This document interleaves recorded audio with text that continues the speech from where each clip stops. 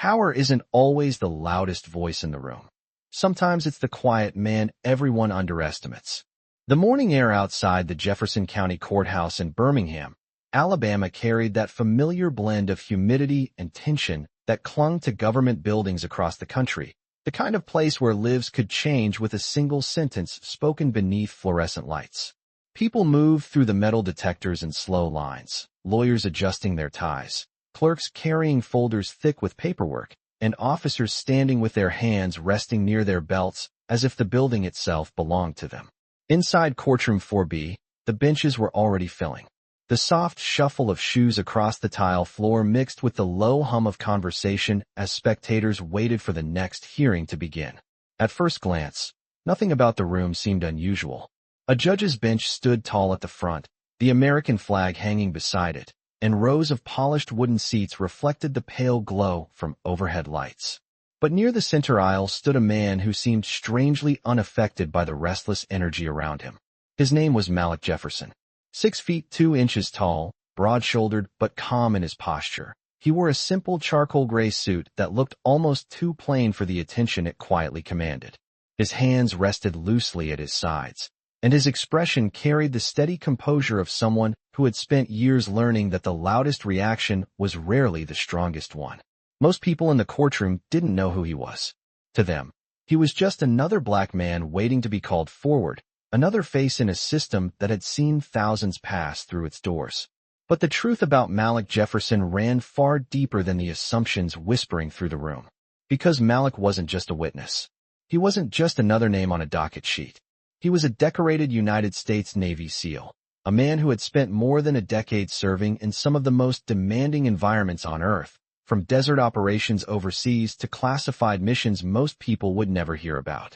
And yet none of that mattered in that moment, because inside that courtroom another man believed he held all the authority that counted. Officer Daniel Harper had been with the Birmingham Police Department for nearly 17 years. Tall, square-jawed, and carrying himself with the confidence of someone who had rarely been questioned, Harper walked into the room with the slow swagger of a man used to being obeyed. His badge gleamed under the lights as he scanned the room, eyes narrowing briefly when they landed on Malik standing quietly near the front row. Something about Malik's calmness seemed to bother him. Maybe it was the way the man stood without shifting his weight, or the way his gaze remained steady rather than dropping like so many others did in spaces like this. Whatever the reason, Harper stepped closer, his boots tapping against the tile floor in sharp, deliberate beats that echoed through the courtroom. Conversations faded as people turned to watch. Malik didn't move. He simply looked at the officer, expression controlled, posture steady. A few quiet words passed between them, the kind of tense exchange that makes a room suddenly feel smaller. Then something unexpected happened, something that caused a ripple of shock to pass through the spectators sitting along the benches. Gasps spread through the room like a sudden change in weather, and for a brief moment the entire courtroom seemed to freeze. The judge hadn't even entered yet, and already the calm routine of the morning had been shattered by a confrontation no one had anticipated. Malik staggered slightly from the surprise of the moment, but quickly regained his balance, straightening his jacket as if restoring order to himself before anyone else could. His eyes lifted again to meet Officer Harper's, and the silence that followed felt heavier than any raised voice could have been. The officer expected anger, maybe even fear. Instead, he found something far more unsettling: absolute composure. Malik took a slow breath, his voice quiet but clear enough for several people nearby to hear. "You have no idea who you're dealing with." The words weren't spoken like a threat. They sounded more like a statement of fact, delivered with the calm certainty of someone who already understood how this moment would end. Around them the murmurs began again, whispers passing from bench to bench as the weight of the situation settled over the room. What no one realized yet, not the spectators, not the clerks, not even Officer Harper himself, was that the man standing in front of them carried more than just patience in his silence. Because sometimes the quietest person in the room is the one holding the truth that can change everything. The silence inside courtroom 4B stretched longer than anyone expected. Conversations that had filled the room only moments earlier dissolved into quiet whispers, the kind that traveled from bench to bench as people tried to understand what they had just witnessed. Officer Daniel Harper remained standing a few feet from Malik Jefferson, his posture stiff, his jaw tightened in a way that suggested he believed the moment was already finished. In his mind, the situation had been handled. Authority had been asserted. Order had been restored. But the strange part was not the confrontation itself. It was the calm that followed it.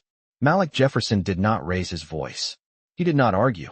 He simply adjusted the cuff of his sleeve and stood there as though the tension surrounding him belonged to someone else entirely.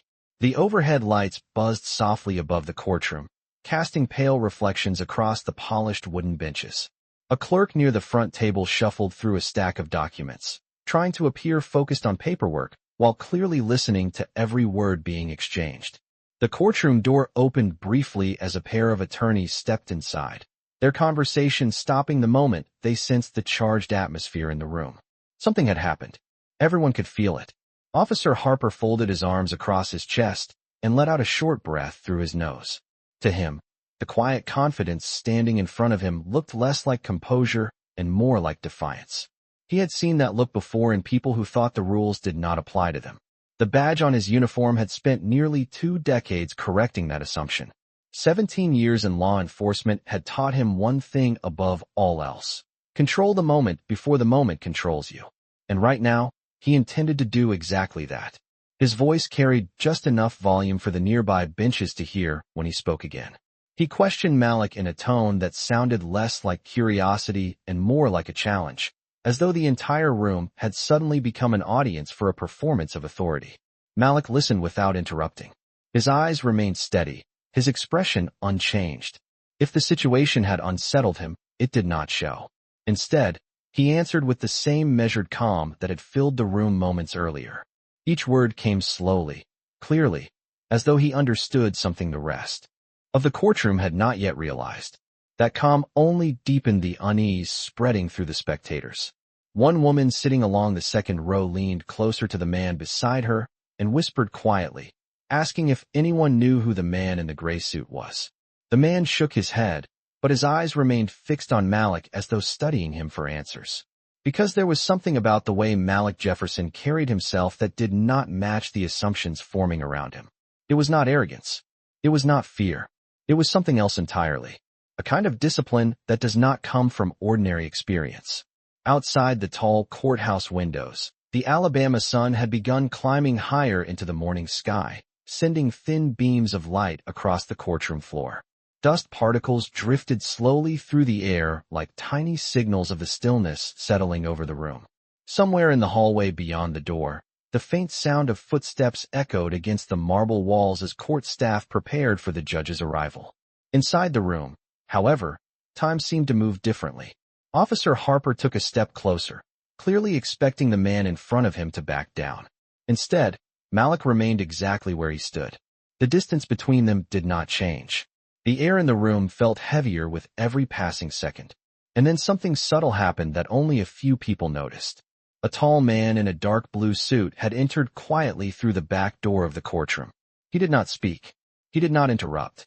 He simply paused near the wall and watched the scene unfolding near the front rows. His gaze moved slowly from Officer Harper to Malik Jefferson, studying them both with the focused attention of someone who recognized far more about the situation than anyone else present. Malik's eyes shifted briefly toward the back of the room. For the first time since the confrontation began, a faint change crossed his expression. Not fear, not anger, recognition. The man in the blue suit gave the smallest nod imaginable, a gesture so subtle most people would have missed it entirely. But Malik understood it instantly, because the truth about why he was standing in that courtroom had nothing to do with coincidence. And the moment unfolding in front of everyone was only the beginning of something much larger than a single officer's authority. Malik Jefferson kept his eyes on the tall man standing quietly near the back wall of the courtroom, and for the first time that morning something deeper than patience moved behind his calm expression. The nod had been small, almost invisible, but to Malik it carried the weight of months of preparation. Most of the people sitting in those wooden benches believed they were watching an unexpected confrontation between a police officer and a witness. They thought the tension in the room had appeared out of nowhere. But Malik knew better, because nothing about this moment was accidental. Long before that morning inside the Jefferson County Courthouse, Malik Jefferson had learned that discipline was not just about surviving difficult situations. Discipline meant understanding when to speak and when silence carried more power than any argument. That lesson had been drilled into him during 14 years of service with the United States Navy, years that began when he was only 19 years old and stepped onto the training grounds in Coronado, California. Back then he had been younger, leaner, and driven by the memory of his grandfather's voice repeating the same advice again and again. Never let anyone decide your worth before you decide it yourself. Those words had carried him through training that pushed most people past their limits.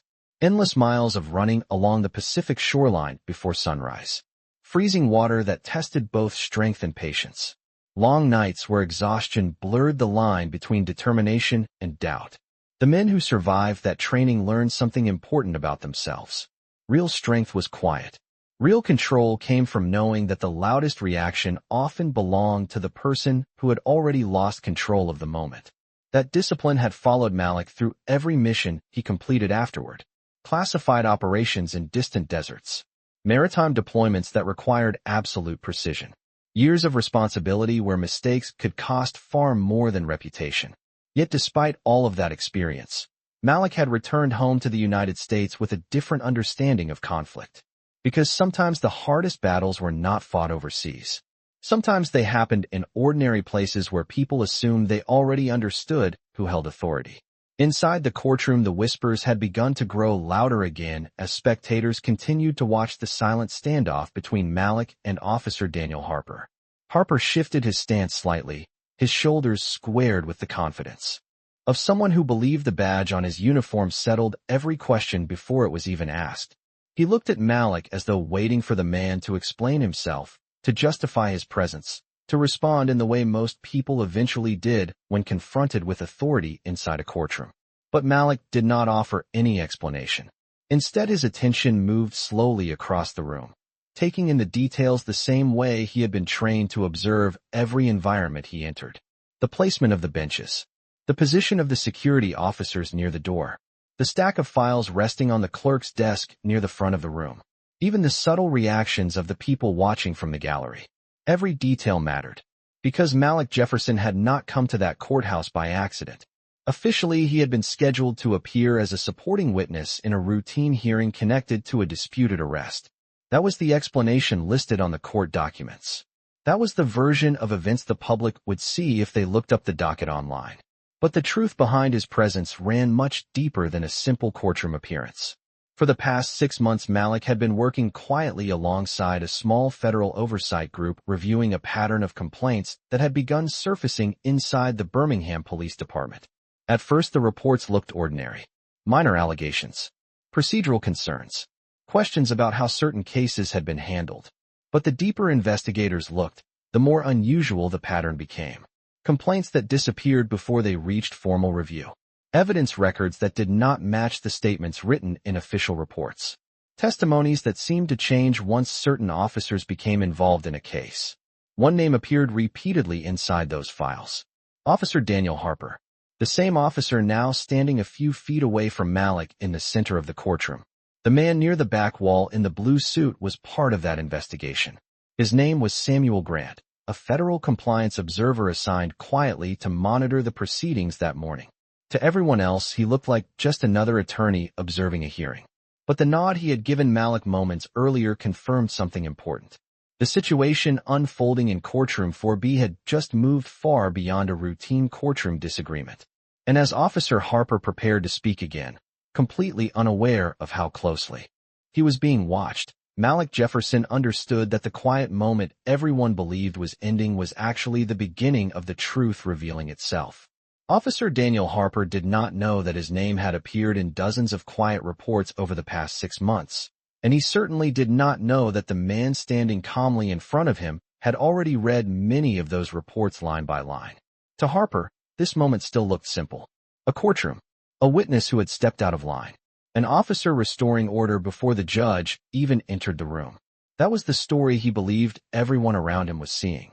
He adjusted the position of his duty belt slightly and stepped closer again, his voice steady but edged with irritation as he continued questioning Malik Jefferson. The spectators followed every movement. Some leaned forward in their seats, sensing that the tension in the room had not settled the way most courtroom interruptions usually did.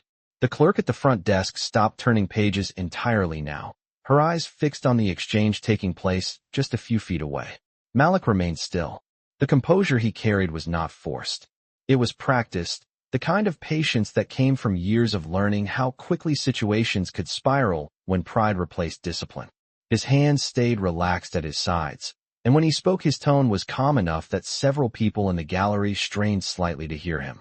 He explained that he was present as a witness, nothing more. The information was already recorded in the court documents filed days earlier. But something about his calm response only seemed to frustrate Harper further.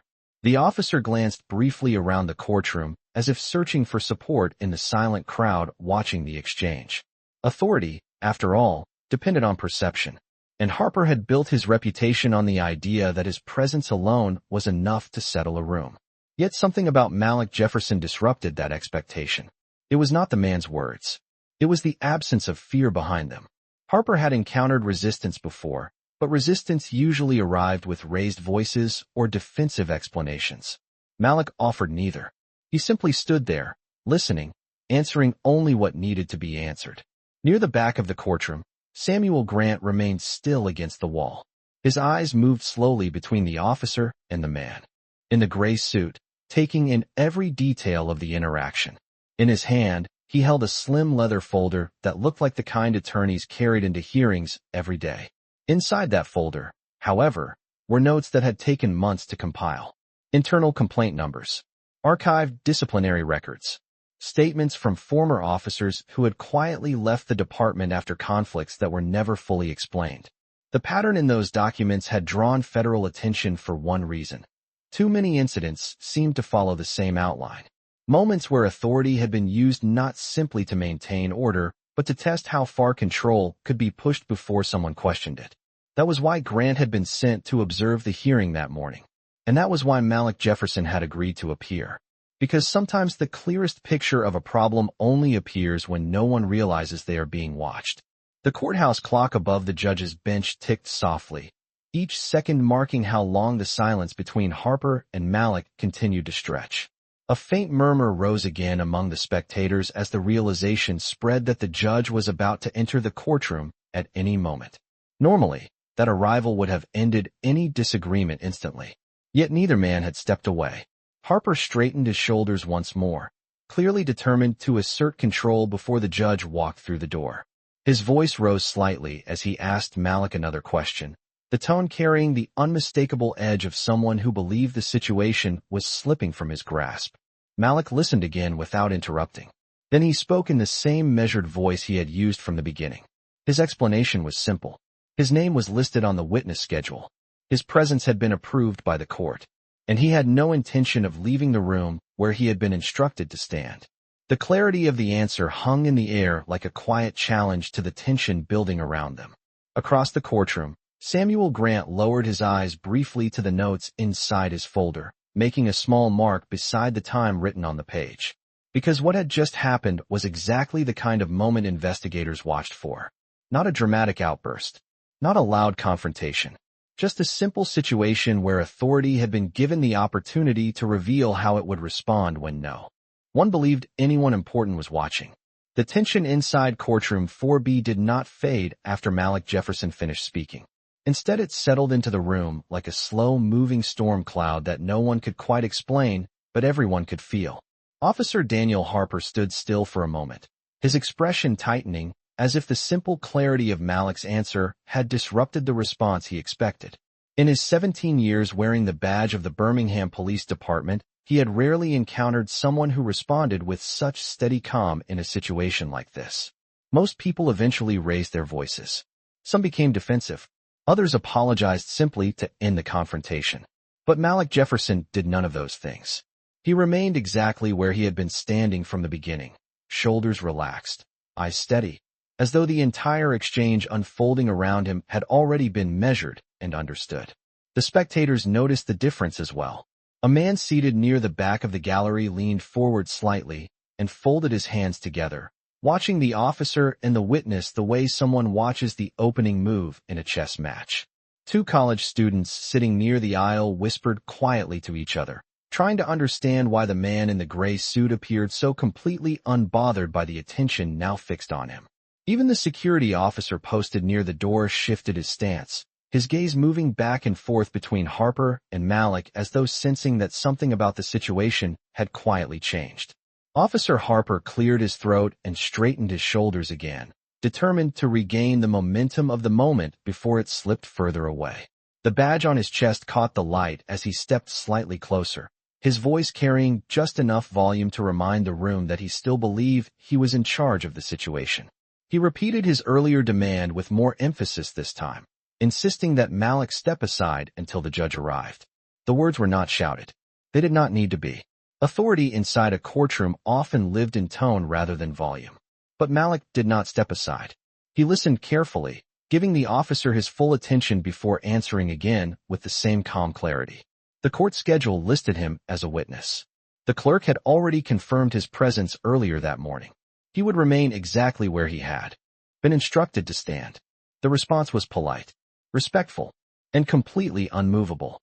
The silence that followed felt heavier than any raised voice could have created. Near the back wall, Samuel Grant lowered his folder slightly and observed the scene with careful attention.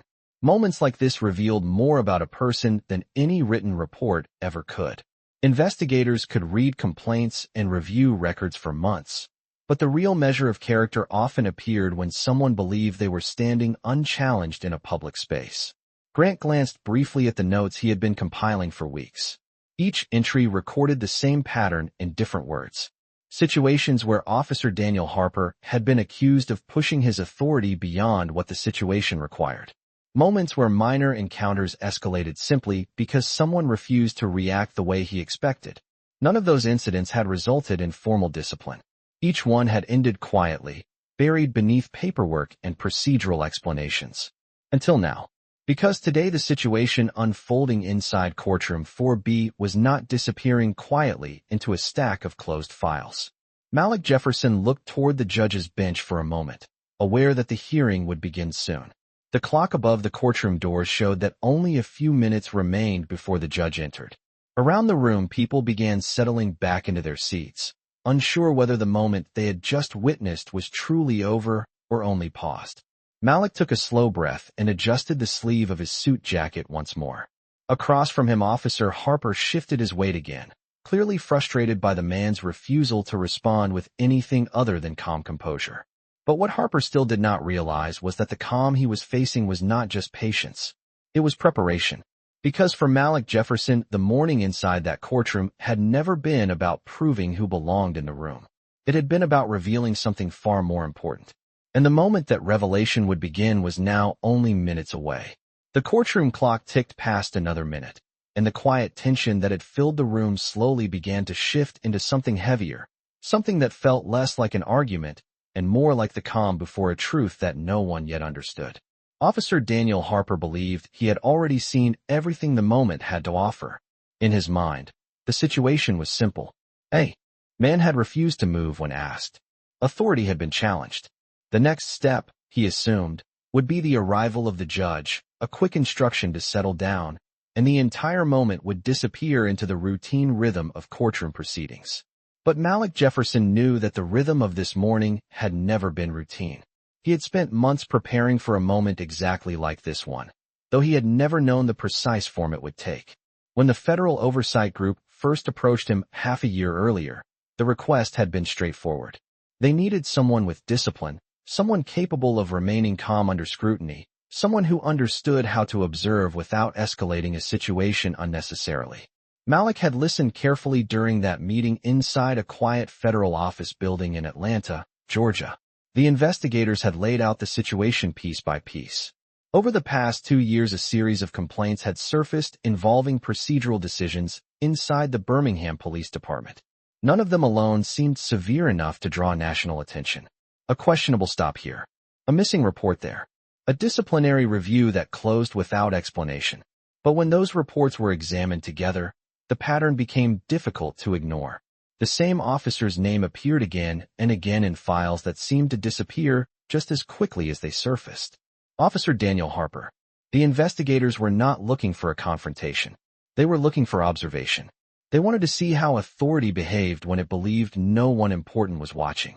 That was why Malik had been asked to appear as a witness in the hearing scheduled that morning. Officially, the case involved a disputed arrest connected to a traffic stop months earlier. The legal question was minor, something most courtrooms handled every week without much attention. But behind the scenes, the hearing provided the perfect opportunity for investigators to observe how certain officers interacted with the public when they believed the moment would pass unnoticed. Malik had agreed because he understood something many people overlooked. Systems do not reveal their weaknesses during dramatic events. They reveal themselves during ordinary ones. Now, standing inside courtroom 4B, he could feel that quiet revelation beginning to unfold. Officer Harper shifted his stance again and glanced toward the door where the judge would soon enter. His patience had clearly worn thin. The spectators could see it in the way. His shoulders tightened, and the way his gaze returned again and again to the man standing calmly in front of him. To Harper, the silence coming from Malik Jefferson felt like resistance. To Malik, it felt like timing. Near the back wall, Samuel Grant checked the time written in the corner of his notes. Everything that had happened during the last several minutes was already being recorded carefully. Not just the words spoken, but the tone, the posture, the choices made in a moment where authority believed it was simply maintaining control. Grant had seen investigations fall apart before because a situation escalated too quickly. But that was not what was happening here. Instead, the moment was unfolding exactly the way investigators hoped it would. Quietly, naturally, without anyone realizing how many eyes were watching. Malik lifted his gaze briefly toward the courtroom entrance as the faint sound of footsteps echoed through the hallway outside. The judge was approaching. Conversations in the gallery faded as people settled deeper into their seats. Officer Harper adjusted his uniform one more time, clearly expecting the judge's presence to bring the moment to a close. But Malik Jefferson understood something the officer did not. The arrival of the judge would not end this moment. It would only bring the next part of the truth into the open. The sound of footsteps outside the courtroom door grew clearer with each passing second, and the quiet conversations among the spectators faded almost instantly as everyone recognized what that sound meant. The judge was about to enter. Inside courtroom 4B, the tension that had been building all morning shifted again, settling into a heavy silence that seemed to hold the entire room still. Officer Daniel Harper straightened his uniform and adjusted the badge on his chest, as if preparing for the moment authority would officially return to the bench. To him, the arrival of the judge meant closure. Whatever disagreement had unfolded during the past several minutes would be dismissed as a minor interruption, and the routine order of the courtroom would continue exactly as it always had. That was how the system worked. That was how it had always worked. But Malik Jefferson did not move. He stood in the same place near the center aisle, his posture relaxed but steady, his eyes calmly observing the room around him. The faint reflection of the courtroom. Lights rested on the polished floor beneath his shoes, and for a brief moment the entire space felt strangely quiet, as though everyone present sensed that something unusual was about to unfold, even if they could not explain why. The door opened slowly. The bailiff stepped in first, his voice clear and formal as he announced the judge's arrival. People across the courtroom rose from their seats almost at once, the wooden benches creaking softly as dozens of individuals stood in unison. Papers were gathered, chairs shifted slightly, and the quiet rhythm of the courtroom returned for a moment as Judge Eleanor Whitaker entered and took her seat behind the bench. She was a woman in her early 60s with silver hair pulled neatly back and the composed expression of someone who had spent decades observing the many layers of human behavior that passed through a courtroom. Her eyes moved calmly across the room as she settled into her chair. For a brief moment, everything appeared normal. Then she noticed that the atmosphere in the courtroom felt different from the usual morning hearings she presided over. Conversations had stopped completely. Dozens of eyes were focused not on the bench, but on two men standing near the center aisle. Officer Daniel Harper and Malik Jefferson. The judge placed a hand lightly on the wooden surface of the bench and looked toward the clerk. The clerk leaned forward and whispered a quick explanation of the disturbance that had taken place before the hearing began. The words were quiet, but the judge's expression shifted slightly as she listened. She looked again toward the center of the courtroom, studying the two men with careful attention. Officer Harper stepped forward first, clearly expecting to clarify the situation. His voice carried the firm confidence of someone who believed the judge would quickly restore the authority he felt had been challenged. He explained that he had been maintaining order before the hearing began and that the man standing in front of him had refused to follow instructions. His explanation was smooth and controlled, the kind of statement that sounded routine inside a courtroom. When he finished speaking, he glanced briefly toward Malik, as if expecting the judge to confirm that the matter was settled. But Judge Whitaker did not answer immediately. Instead, she turned her attention to Malik Jefferson. Her voice was calm but direct when she addressed him. She asked him to identify himself for the record and explain his presence in the courtroom that morning. The room seemed to hold its breath as Malik stepped forward slightly. His voice remained steady as he introduced himself. He explained that he was present as a scheduled witness in the hearing and that the court clerk had already confirmed his name on the docket earlier that morning. The explanation was simple, but before he stepped back, he reached calmly into the inside pocket of his suit jacket and removed a small identification card. He did not hold it up dramatically. He simply handed it forward to the bailiff, who carried it to the bench for the judge to review. Judge Whitaker looked down at the identification for several seconds. The quiet in the courtroom deepened. Then she lifted her eyes slowly from the card and looked directly at Officer Daniel Harper. The change in her expression was subtle but unmistakable, because the identification in her hand did not belong to an ordinary witness. It belonged to Chief Petty Officer Malik Jefferson of the United States Navy Special Warfare Command, a decorated Navy SEAL whose name had been included in a federal oversight inquiry connected to the very department Officer Harper represented. And in that moment the room understood that the quiet man everyone had underestimated was not standing there by coincidence at all. For several seconds after Judge Eleanor Whitaker read the identification card, no one inside courtroom 4B spoke. The quiet that settled over the room felt deeper than anything that had happened earlier that morning. The spectators who had whispered only minutes before now sat completely still, their attention fixed on the bench where the judge continued to hold the small card between her fingers. Officer Daniel Harper stood motionless near the center aisle, his expression slowly shifting as he realized that the situation unfolding around him had moved beyond a routine courtroom disagreement. Judge Whitaker placed the identification card gently on the desk in front of her and looked again toward Malik Jefferson. Her voice remained calm, but there was a noticeable difference in her tone now, the kind of measured seriousness that appears when new information changes the meaning of a moment. She asked Malik to confirm the details listed on the identification for the official record. Malik stepped forward slightly and answered. Clearly, he confirmed his name, his rank as Chief Petty Officer in the United States Navy Special Warfare Command, and his role as a cooperating witness in a federal oversight review connected to procedural concerns involving the Birmingham Police Department. The words traveled slowly through the room as people processed what they had just heard. A few spectators exchanged quiet glances. Others leaned forward as though trying to make sense of the sudden shift in the situation. Officer Harper's shoulders tightened, and for the first time that morning the confidence that had shaped his posture seemed to hesitate. Judge Whitaker then turned her attention toward the man standing quietly near the back wall. Samuel Grant stepped forward when the judge called his name. The leather folder he carried remained tucked beneath his arm as he approached the front of the courtroom. His presence had been almost invisible earlier, but now every eye in the room followed his movement. Grant introduced himself for the record as a federal compliance observer assigned to monitor the hearing that morning. His explanation was brief, but the meaning behind it was unmistakable. The courtroom had not simply been preparing for a routine hearing.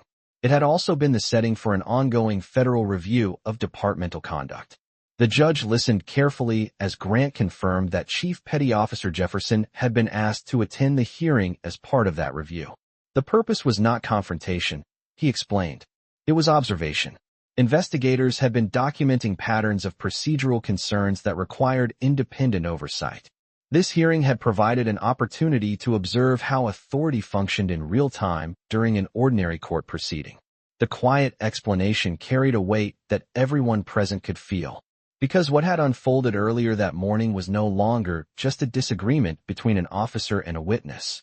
It had become part of a documented record. Officer Harper's gaze moved slowly from the judge to Samuel Grant, and then finally to Malik Jefferson. For a brief moment the room felt as though it were suspended in place, every person waiting to see what would happen next. Malik remained calm, standing with the same steady composure he had carried from the beginning. He did not speak again. He did not need to. The truth of the situation was already clear. Judge Whitaker folded her hands together on the bench and looked directly toward Officer Harper. Her expression remained professional, but her voice carried a quiet authority that filled the courtroom when she spoke.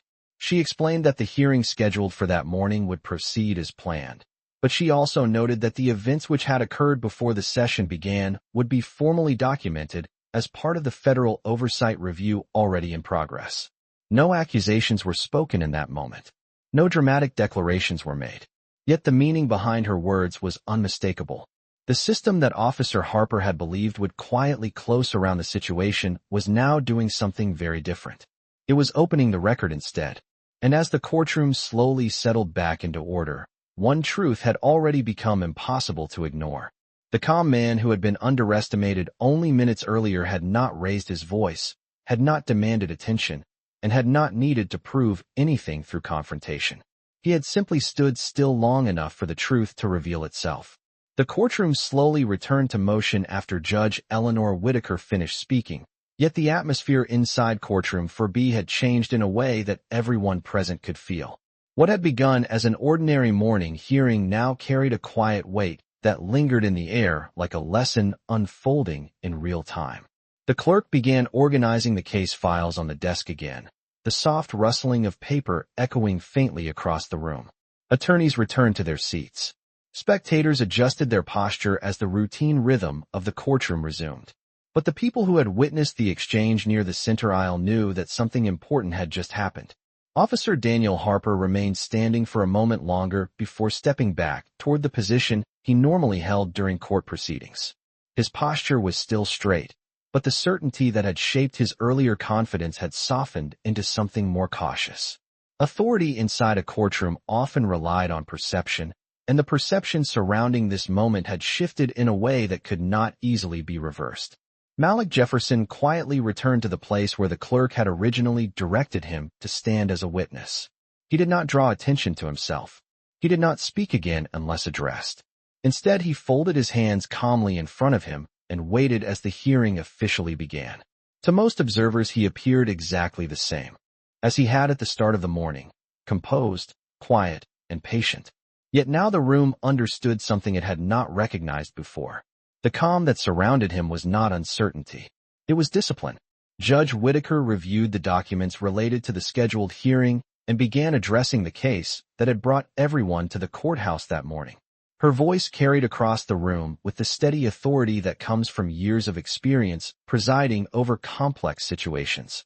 Yet even as the legal discussion moved forward, the earlier moment remained present in the thoughts of those who had witnessed it. Because what had unfolded before the hearing began had revealed something deeper than a disagreement between two individuals.